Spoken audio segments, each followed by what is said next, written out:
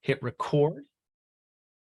So I will record this and I will post it later on my YouTube channel. So if you have to drop in the middle, or you can't stay for the whole time, or you signed up and you weren't able to make it, you'll be able to watch it later on. So I hope that is helpful for everyone. Let me just make sure I got everything set here. And we will go ahead and get started. Well, thank you so much for joining me today. I hope everybody can hear me out there really well. Thank you for joining me for playing RPGs with kids, And I really wanted to talk about this, even though, I'm not some big expert or anything like that.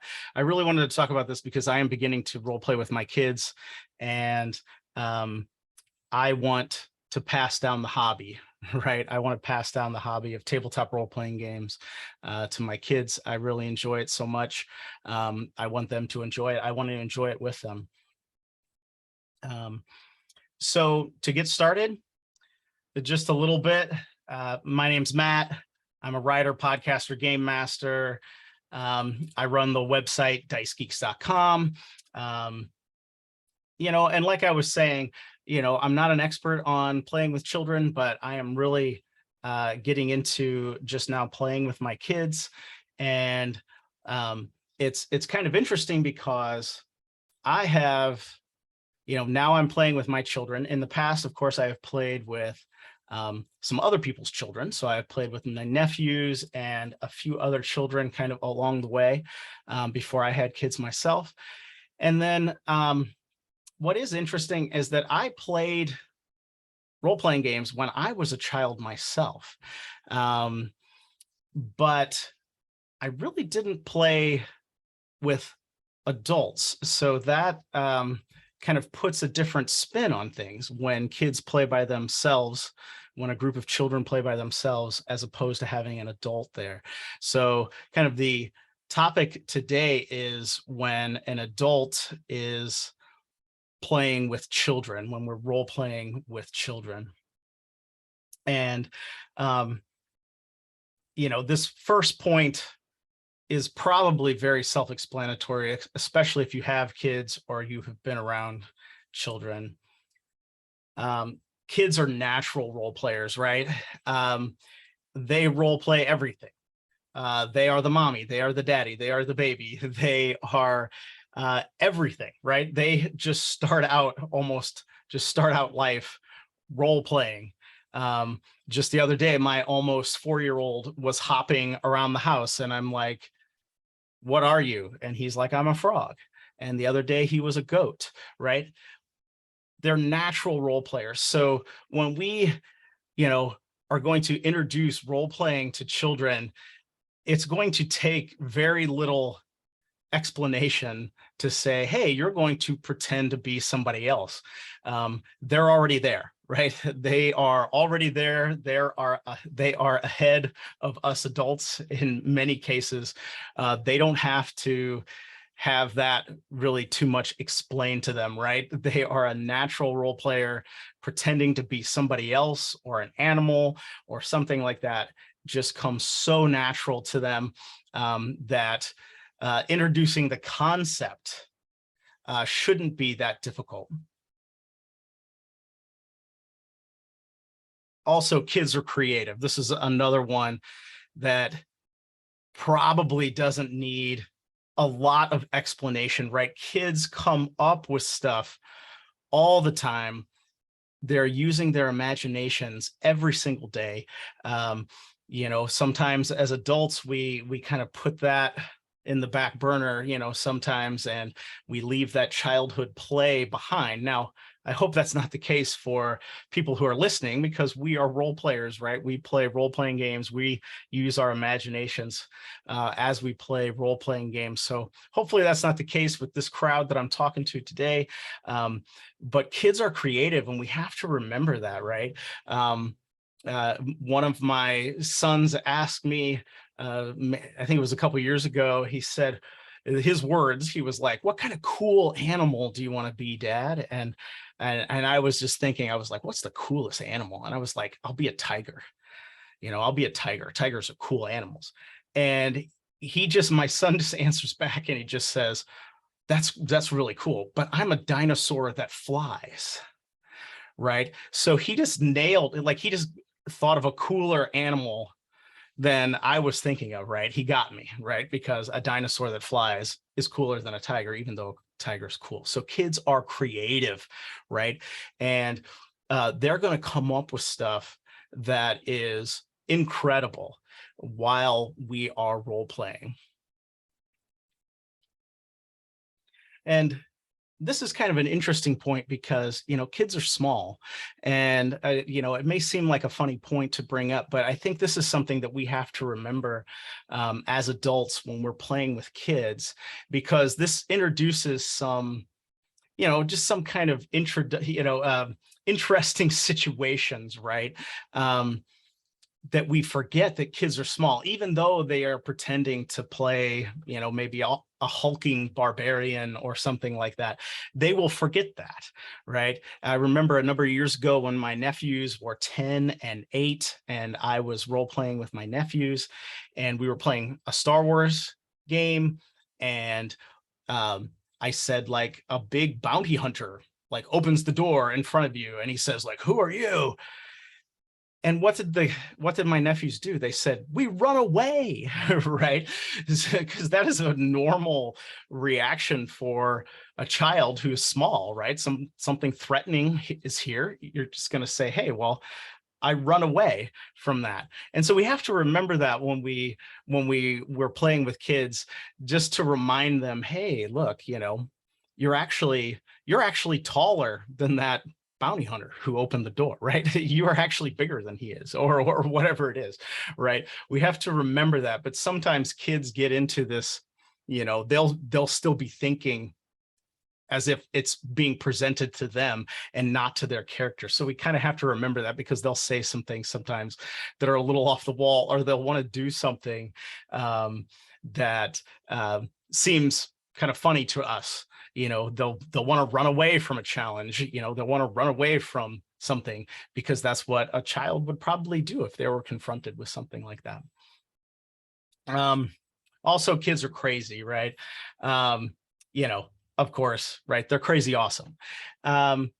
They will think of stuff out of left field, right? They will think of stuff that just defies logic, defies rationality. They will think of the craziest stuff, right? Because they are just not bound by some of the cultural or social aspects that we have picked up as adults, right? While you're role playing with a child or children, they may just say things that are completely like, that take you just totally off guard, because they are just thinking of just all kinds of stuff, and they just come up with some of this stuff. And I think of it, just another story, another example. When I was playing at a different time with my nephews, they were still about the same age, about maybe 11 or 9, 10 and 8, something like that. And they are, they're breaking into this Imperial base. It was a Star Wars game. So they're breaking into this Imperial base, and I gave them a countdown. I gave them like an hour to do something on the computer, because one of them was a minor Jedi, the other was a Wookiee who was a technician. So I wanted the Wookiee technician to have something to do, right? So he had to stop this countdown on this computer, right? So I gave them like an hour of time, plenty of time, so they can go in and disarm this thing or turn off the timer or whatever it was. And while they're exploring the base, they find, like, they open a door to a room, and I was just like, I don't know, it's like full of cleaning supplies, and my oldest nephew is like, "Is there like a cart in there with like mops and stuff?" And I was like, "Yeah, sure."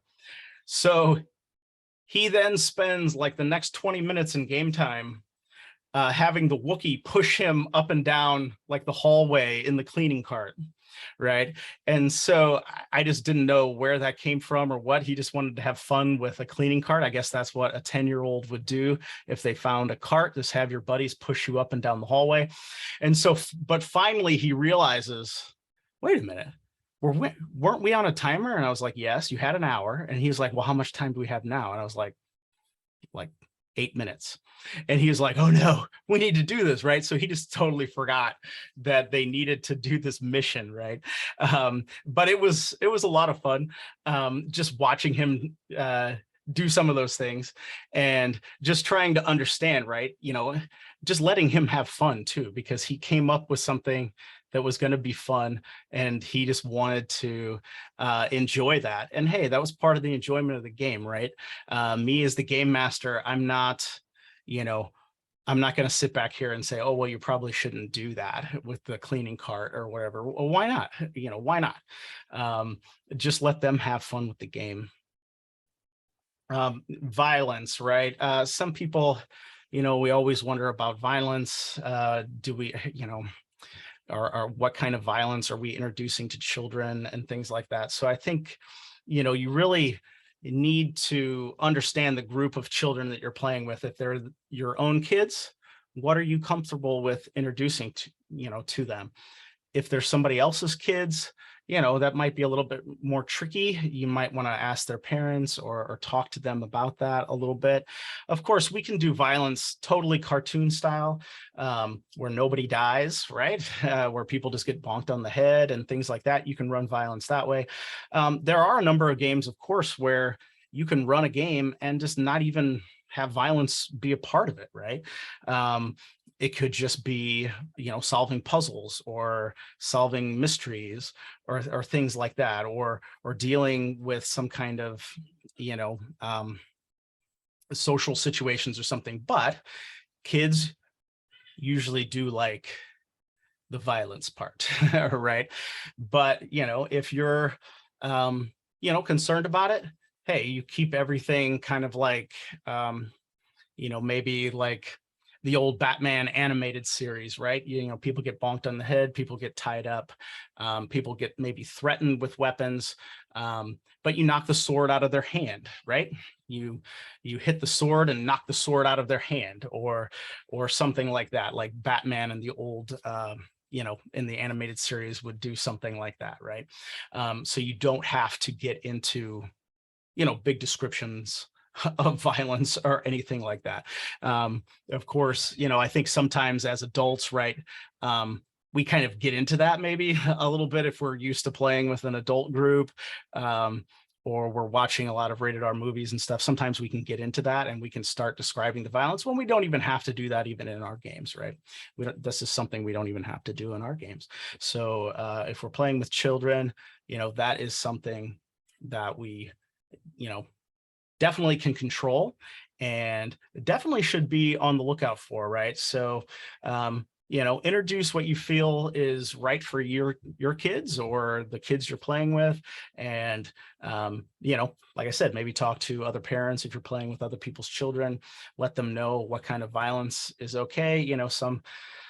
Some kids play, Call of Duty when they're 8 years old, or Fortnite or things like that. Other kids don't, right? So you kind of just have to get a feel for that.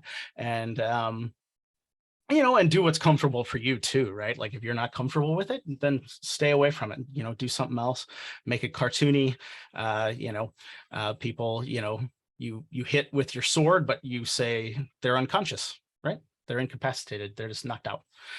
They're not dead or something like that. Here are some of my thoughts. Some of the things that I've picked up kind of along the way. And, I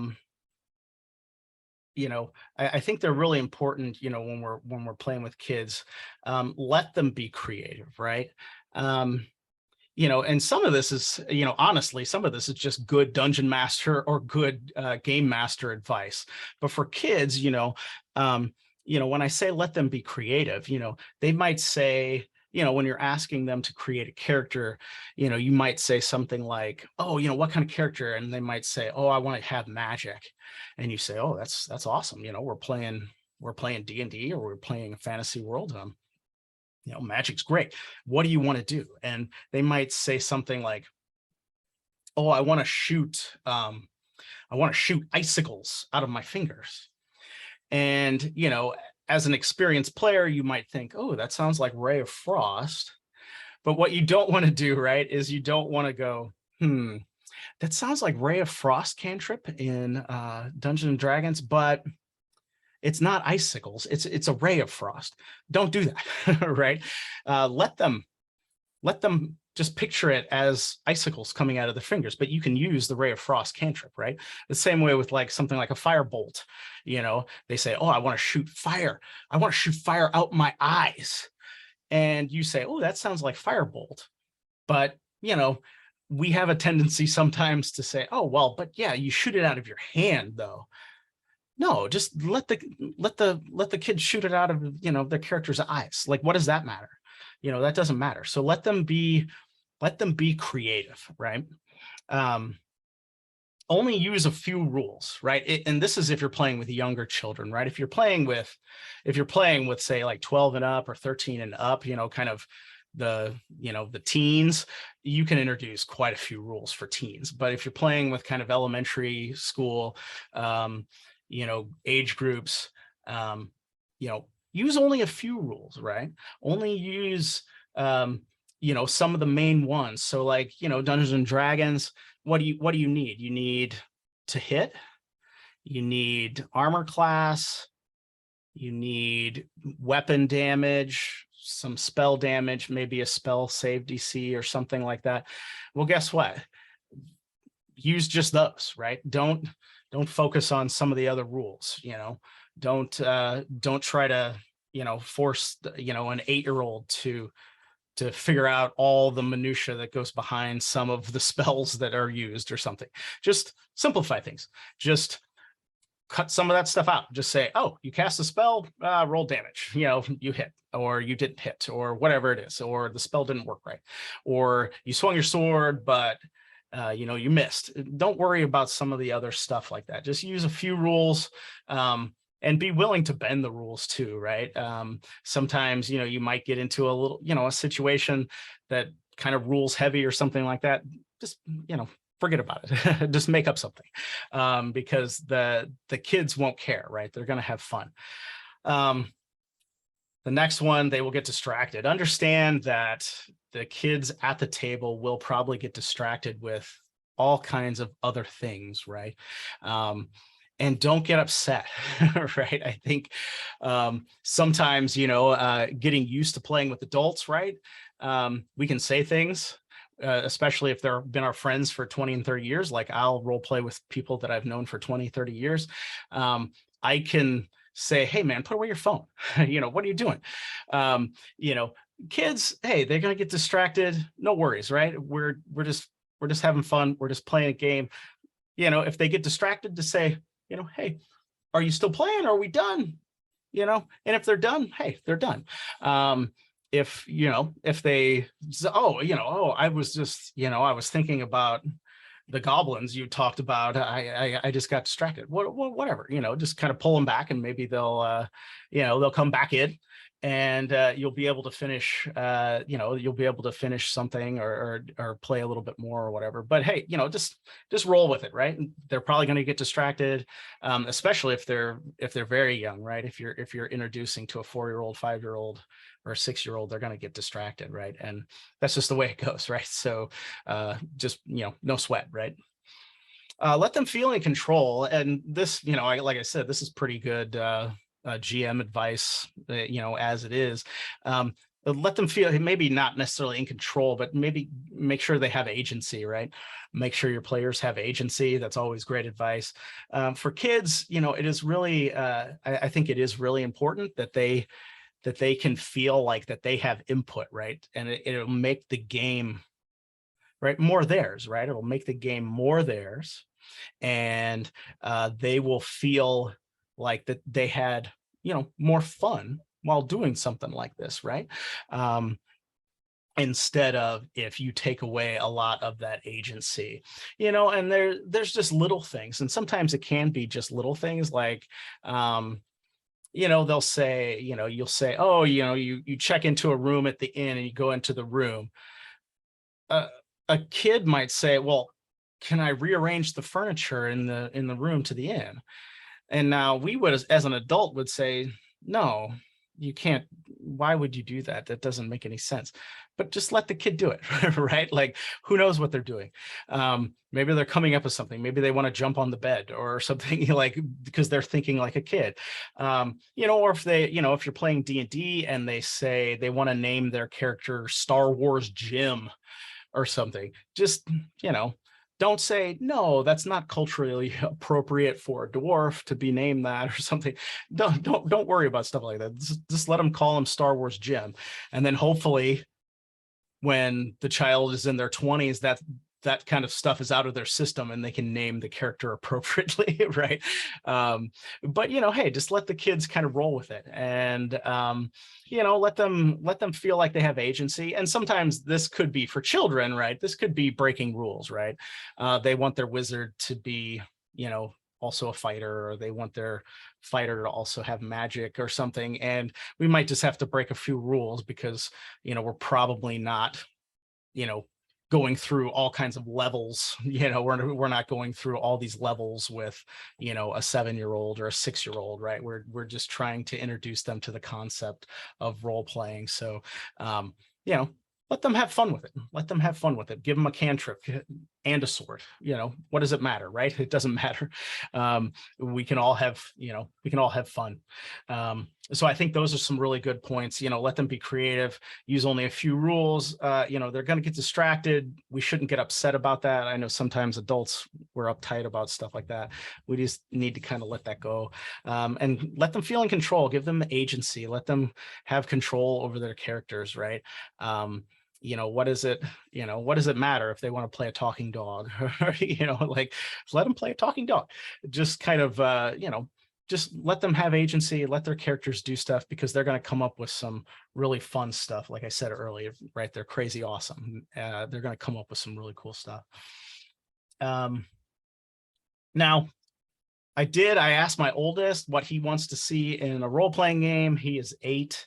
And I said, well, what do you want to see in a role-playing game? If, we were playing, what do you want to see? And he said he wants magical creatures that can talk. So he wants to talk to what? He wants to talk to animals. That's very common with children, right? He wants to talk to animals. He wants to talk to magical creatures. And then I said, well, what else? And he said he wants to fight magical creatures, right? Why? Because that's cool, right? That's what they're doing. It's, what they do in Legend of Zelda, or what they do in Pokemon or something, right? So you want to fight a magical creature.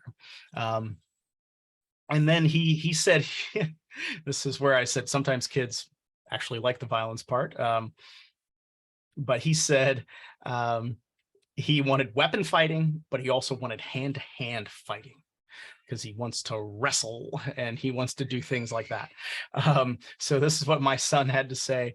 And so the next time we play, which might be in a week or so, I'm going to introduce some of these elements, right? So he can feel like he is in control, and that he has some agency in the game, and that he can do some things that he really enjoys. Now, pardon me, I'm going to take a drink. Sorry about that. The next point, so what I did here is I asked an elementary school teacher who role plays. I asked her some ideas, and she gave me a whole bunch of lists here, things that kids love, that they love to see. So these are some things that you might be able to work into your games. And of course, I'm reading through this list and I'm like, man, I love all this stuff, right? Maybe role playing, keeps you kind of like a kid, right? Because I love all this stuff. So treasures, right? She said that the kids love treasures. They love finding treasure. I would also add to this, they love boxes. They love small boxes or chests that they can open, you know, with a key, maybe a special key, right? Those things, kids go crazy about that. Secret passages, right? Kids go crazy about secret passages. Talking animals. The fate of the world rests on their shoulders. Sneaking, right? Who doesn't love sneaking, right? Kids love that stuff, right? Because they're getting away with something, right? They're sneaking by and they're getting away with something. Disguises. Oh my gosh, who doesn't love disguises, right? So, right? I mean, disguising their character so they can pass themselves off as somebody else, right? Building things. Kids love to build stuff. So if they're able to build something for the quest in the game, that is very important to kind of put some of that in.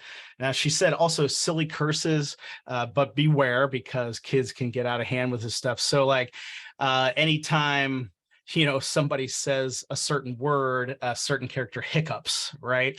That would be a silly curse, or something like that, something that they've seen in a Disney movie or a cartoon where somebody is cursed, and every time you say the word sword or something, they turn into a pig for 5 seconds or something, and kids love that stuff, but it could get out of hand if you start letting the kids just kind of like run wild with it. You could lose your session there, but it'd probably be a lot of fun though. She said simple villains, and I think that's an interesting one because a lot of times kids we probably don't want to introduce some big complex villain that has maybe like Thanos or something. We probably don't want to do something like that. We want a simple villain that is motivated by, they want money, they want somebody's land, they want something like that, something a kid can just really get behind and say, that's wrong. You can't steal that person's farm, that belongs to them, or or whatever it is, right? Something a kid can just kind of really get behind and just really understand, and they respond to that well. And frankly, like I said, I love this list. I respond to that as well because I love that stuff. Mysterious islands, right? Who doesn't love a mysterious island, right? Kids love that kind of stuff, right?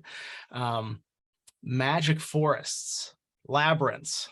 Now, some of these down here, multiverses, this is probably a new thing. I didn't think about multiverses too much when I was a kid, except for after I watched some Star Trek episodes, the original Star Trek episodes, and then I started thinking about it.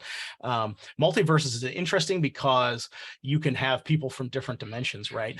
If somebody wants to play the same character, say you're playing a superhero game, and it's, two people want to play Spider-Man, well, guess what? One's from a different dimension, right? One's from a different universe. Fine, right? That's awesome. That's great. Spaceships, of course, kids love spaceships. Dinosaurs, come on, who doesn't love dinosaurs? Pirates, kids love all that stuff. So these are just some ideas that you could really just put into your games, right? Like if you want to really engage kids and you're like, oh, for my group that I play with, adults, we have this very complex villain with shades of gray, and we have to go into court and before the queen and do some of these things. That's all great, but thinking about kids, right? Some of these simple things, right? Just having the kids sneak around, having their characters sneak around, having them wear a disguise, having them have to build maybe a siege tower or a ramp or something to get into some place, or a little bridge to cross a moat or something like that. That's huge for a kid. Introducing mysterious island, or an island shrouded in fog, right? That's perfect for a kid, right? That's some really cool stuff that a kid is just going to resonate with right off the bat. And then on the mysterious island, there are dinosaurs. Boom, right? I mean, that's just the way it goes. Kids are going to be really into that. And there's also some treasure boxes that they have to find a key that looks like a skeleton or something like that, and they're going to love it. So these are just some really good ideas to introduce into your games that kids will love. All right. Now, the teacher also gave me some ideas about management, right? Of course, because a teacher, right? They think a lot about classroom management, all that stuff. Um, so she said to keep it light but not too goofy, because if you get too goofy, um, things will just the activity will kind of break down. So, keep it light, don't get upset. Like I said, don't get upset if they get distracted or anything like that. But reining in a little of the goofiness, so you can have a little bit more structure, I think is pretty good. Because this, role playing teaches many things, right? It teaches confidence, it teaches the ability to sit still, right? We don't think of some of those things, right? The ability to slip into somebody else's skin, how important is that, right? So role-playing games teach us a lot of things, and they can be used to say, hey, if you have a child that's having a hard time sitting still and concentrating on things, this could be used as a good time to work on some of those, because they want to play, they want to go on that mysterious island with dinosaurs and treasure, right? So this can be a good time to really use some of that stuff. Also, like, you know kind of kind of rude humor jokes or barf jokes or stuff, and the kids love those.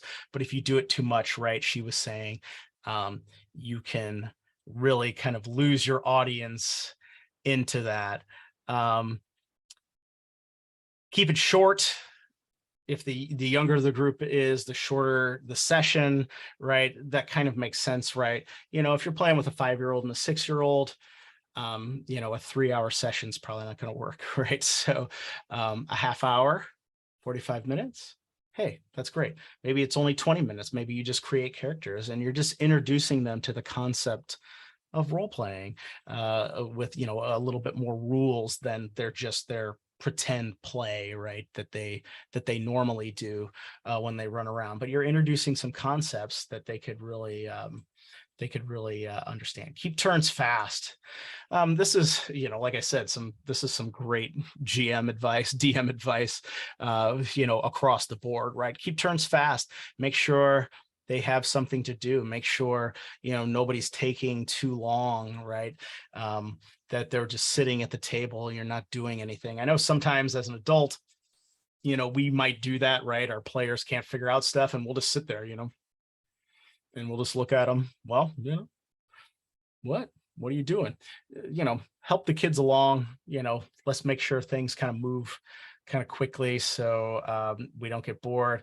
The hands busyness kind of thing, she recommended having some paper, scratch paper, so they can doodle about the quest, about the role-playing game, but just to keep their hands busy, right? Just to keep their hands occupied, so they're not reaching over the table or grabbing other things that they shouldn't be doing. um or things that would disrupt the game.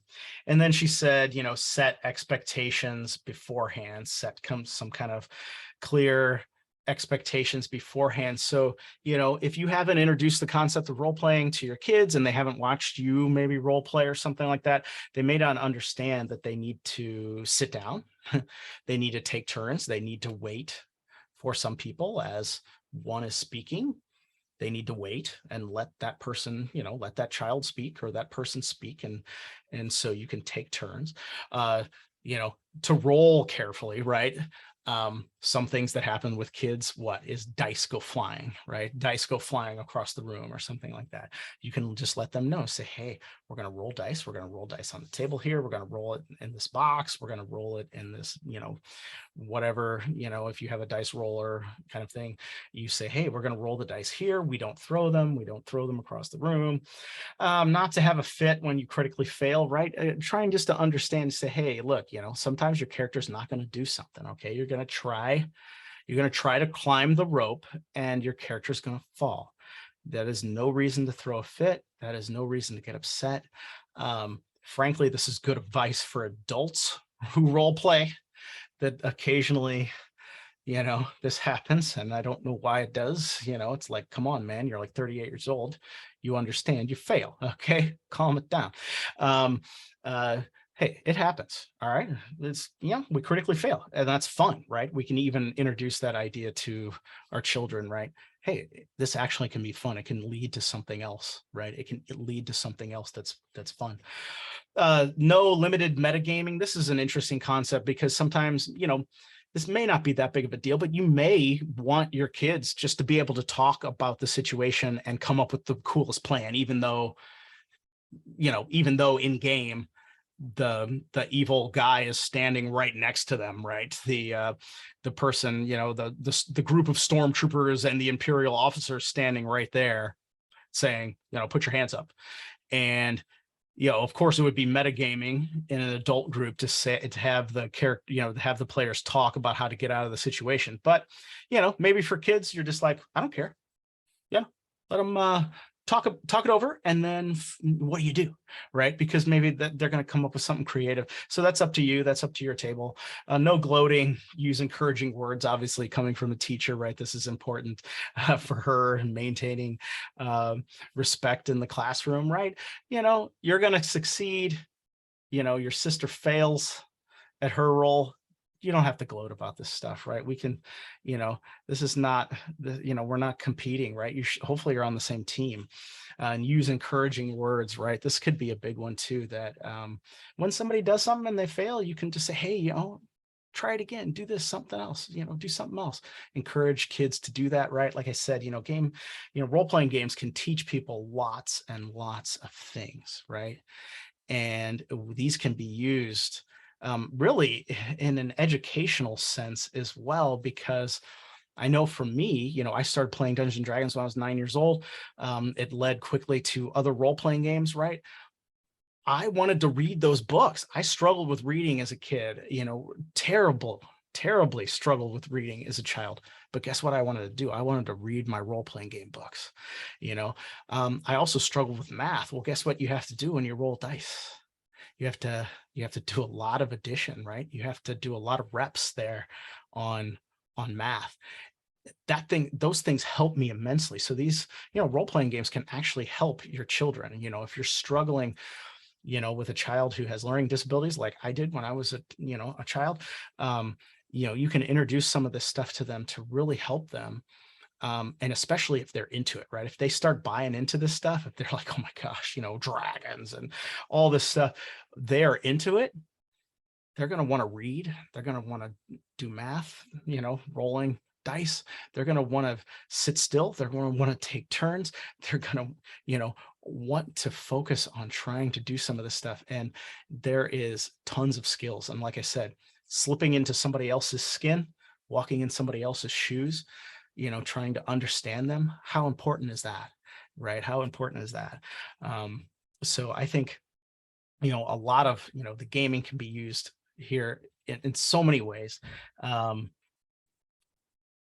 so that is basically the presentation. We do have about 22 minutes left here. I will open up the chat. If you have any questions or comments or concerns, please just type them in the chat. I'll take a little drink right here. If you have any tips as well, if you've been playing with your children for longer, put them out. I'll read them out. I want to know tips, right? I want to figure out how I can be better at this too, with better playing role-playing games with my kids. So if anybody in chat has anything, just go ahead and type it in there and I'll read it out. If you have a question, if I skipped over something, if something was confusing to you, just let me know.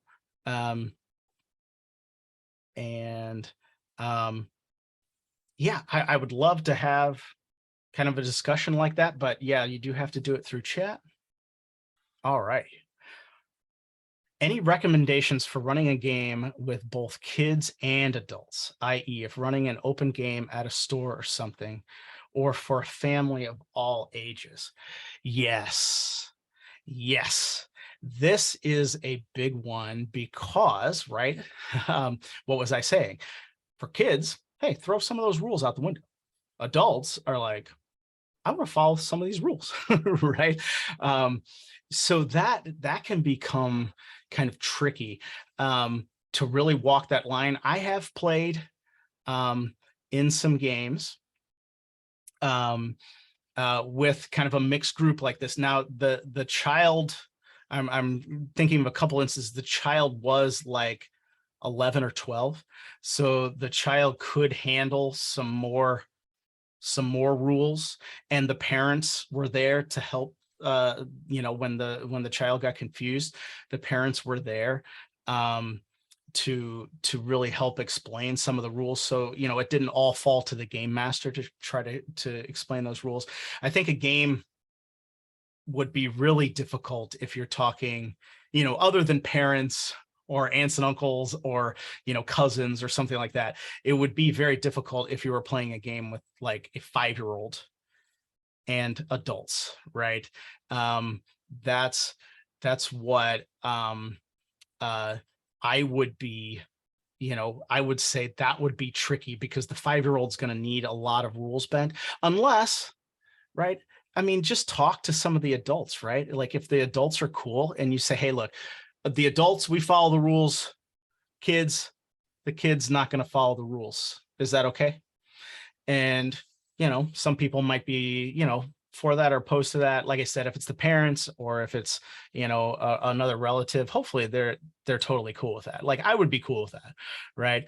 But I've only played with kind of a younger child, like 11 or 12. You can explain a lot about Dungeons and Dragons to 11 or 12-year-old. They probably can't, maybe a lot of them couldn't read the book and get some of that information, but you can explain a lot to them. So I would just say, on the idea of running kind of an open game store like that, if you're running, hopefully we're talking about 11, 12, 13 and up, that would be fairly easy to mix a group like that. If you're talking about a 5-year-old or something, it might be a little bit more difficult. My apologies. Okay, okay. Are there any games that are recommended to get started into role-playing, looking for a family of 3 with a 12-year-old? Like I was just saying, a 12-year-old can probably handle D&D, starter set, get the starter set, hand a pre-gen. A 12-year-old can handle quite a lot. Younger kids, like if you want to start a 3-year-old or a 4-year-old role playing, there is a game called Amazing Tales. It has like just a few rules. It is a very good game. I'm not affiliated with Amazing Tales at all. I have bought Amazing Tales. I've used it with my kids when they were, when they were really young. So Amazing Tales is really good. It's very simple, just like a few rules, and you can pick a few things there. But a 12-year-old, I mean, it depends on your personal preference, because I think a 12-year-old can handle quite a bit of rules. If you want to do a Dungeons and Dragons style game, or if you're looking for something, maybe if you're looking for something quick, there are some D6 system games that are really quick, that don't have a lot of rules. So it's just kind of what fits your preference and what fits your 12-year-old. If you're wanting to do D&D, which is probably the most popular, obviously, I think a 12-year-old can handle it. Now, I said I started playing D&D when I was 9. Like a 10 or well, he would have been like 12, who introduced me to it, explained the game to me, and all the rules were wrong. I didn't follow any of the rules. So like I said, I had a different experience. I played as a child, but I didn't really play with adults. I played with other kids. So yeah, I think D&D or really anything could work for a 12-year-old. If you want to do sci-fi, there's a lot of games that are story based. I mean, if the child has an aversion to a lot of math or a lot of rules, but you can look for some of those, obviously, like Fate and Fate Core or whatever. A lot of story games like that. Okay, so here's another one. Any game systems you prefer specifically for playing with children? I GM Tales of Equestria for my daughter and her friends. Okay, yeah, so I just mentioned small kids, like 3, 4, 5, maybe even 6. Amazing Tales is a really good game. There's one I haven't tried. I think it's called Hero Tales. I haven't tried that one. That is on my radar. I might check that out. you know, I have never heard of Tales of Equestria. It sounds really cool. But so I haven't heard of that one. So I don't know. But if they're elementary school age, Amazing Tales is really good. Or just a highly modified version of whatever you're playing, if you're, you know, as you're playing as an adult. Uh, but there, you know, there are some, you know, there are quite a few games nowadays that are aimed, you know, for children. So you can find quite a few games there. I hope that helps. We still have about 15 minutes. If anybody else wants to type a question into chat, I'd be more than happy to talk about it. If you have a comment, if you've been playing with your children and you learned something, maybe the person here, if you learned something while you ran Tales of Equestria, I'd love to hear it. I'm sure everybody else would too. Okay, yeah. If the kid wants to be the game master or the dungeon master, any thoughts on helping them when you're a player? Yeah, this is really interesting. Um, because actually the second time I played Dungeons and Dragons, it was I coerced my, I can't say that word. I forced my mom to play, and I was the game master, right?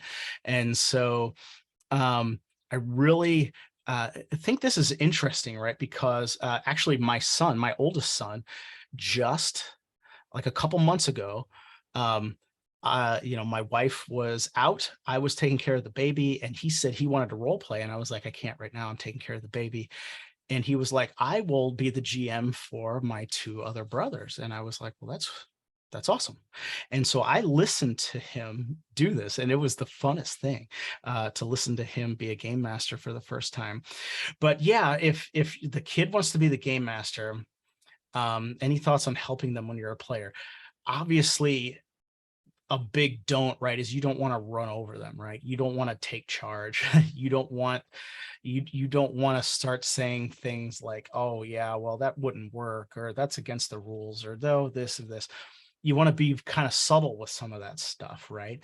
You want to be you know, you want to be an active player, right? You want to help them out in that way. So they say something like, you're on a boat and you see an island, and you want to be, as a player, you want to be like, I want to look at the island.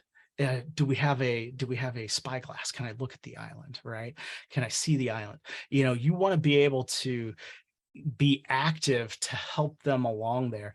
If they stumble, you know, on something, sure, you know, you can say, you know, or if they ask a question, you say, is that okay, or whatever. You know, again, you want to be very encouraging, especially if this is a young child. If this is like a 7-year-old or an 8-year-old who's wanting the GM, you know, just let them do some crazy stuff, right? Let them do something. And you know, if they ask you a question about the rules or something like that, just kind of be with them. I mean, it's an interesting situation, because those first few steps as a game master, right?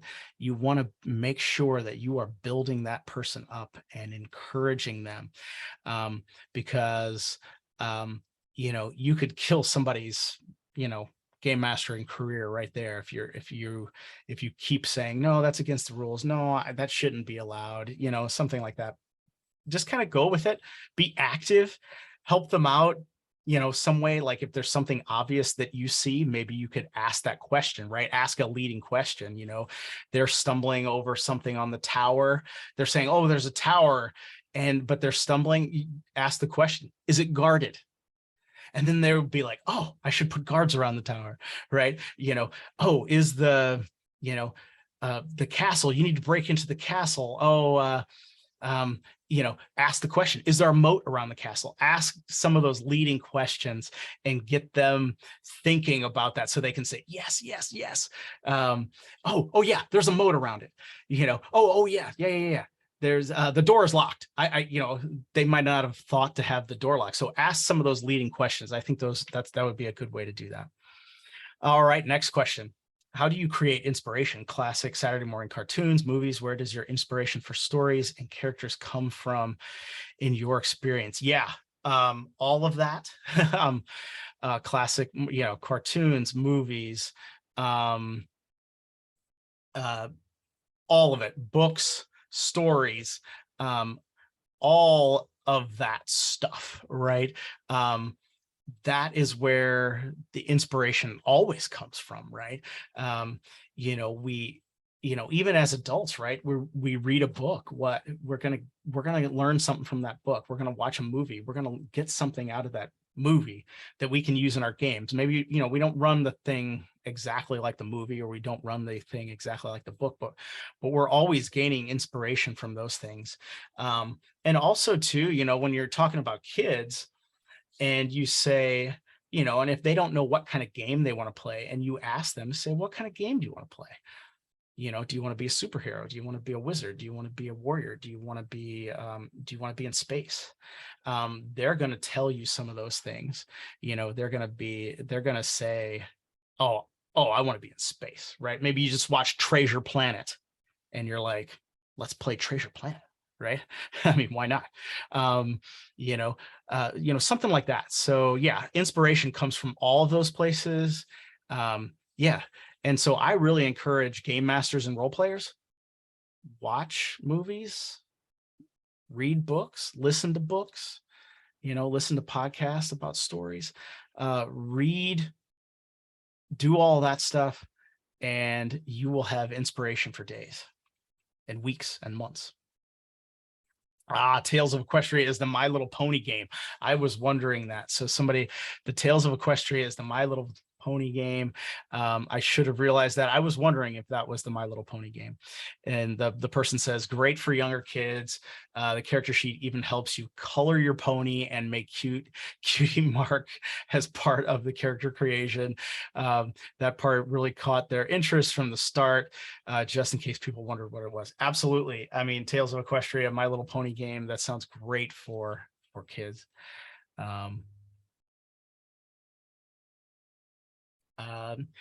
Somebody asked, what kind of props do you use, if any?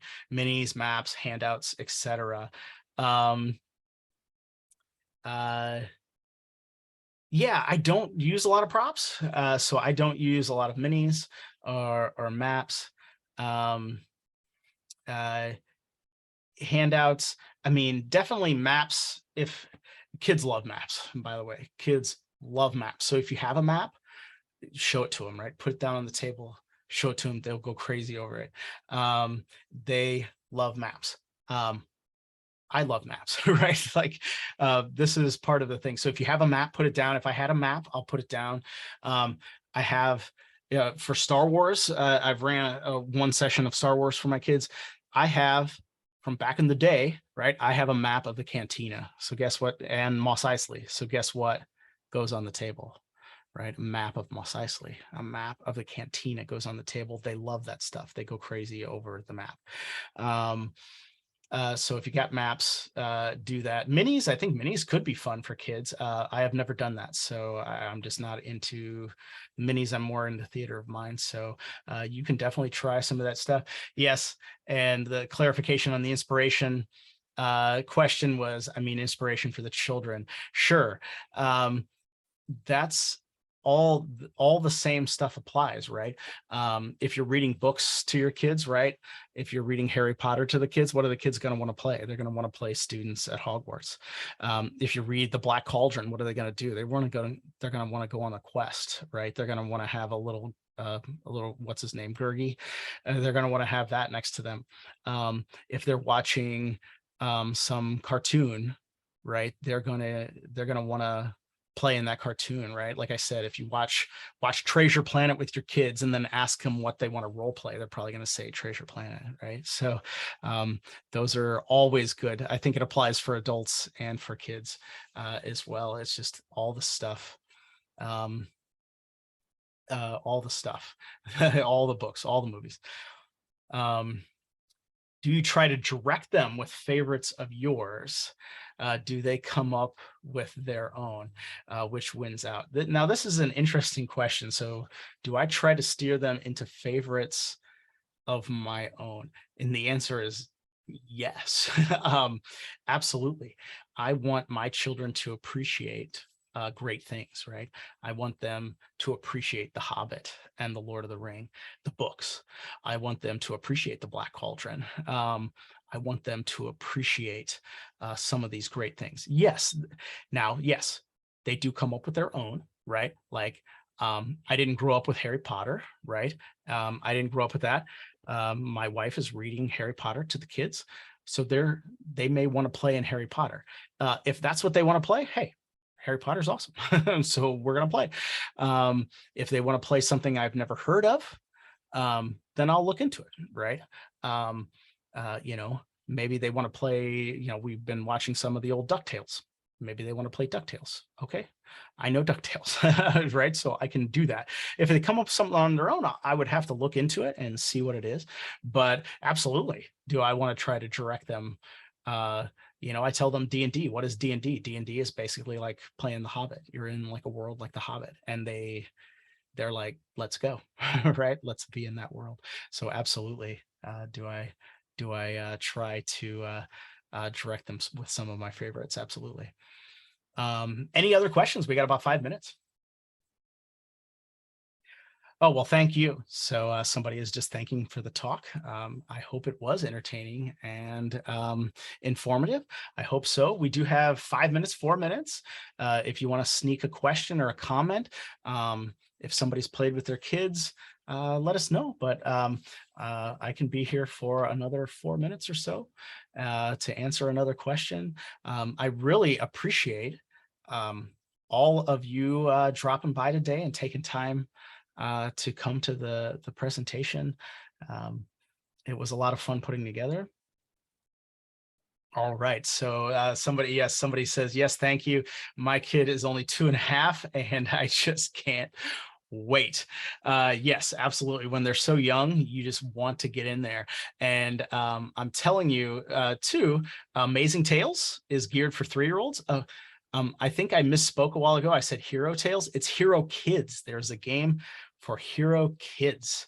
It's called Hero Kids. I haven't looked into that one, but you could check that one out if you want to get a 3-year-old role playing here in a couple months or 6 months. All right, thank you. Somebody wishing me, saying thank you and say just took down notes for when my kids are older. They are 3 and 0. Absolutely. Well, that is awesome. Like I said, Amazing Tales geared for 3-year-olds. I think the game is called Hero Kids is another one. Haven't looked into that one, but that one's geared for very young kids as well. Root looks okay. So somebody is dropping here. Root looks really cute for kids. Woodland Critters as characters. That is a game I have not heard of. So that is called Root. That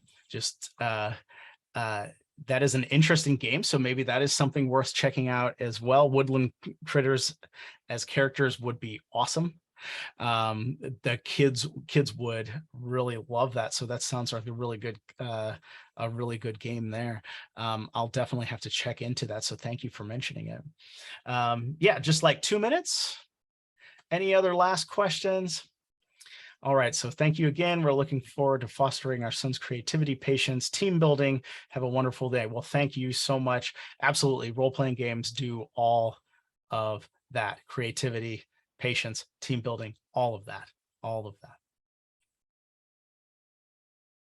Well, thank you. So somebody is wishing me thank you for such a thoughtful and positive and informative talk. Great start to Gen Con. Well, thank you so much.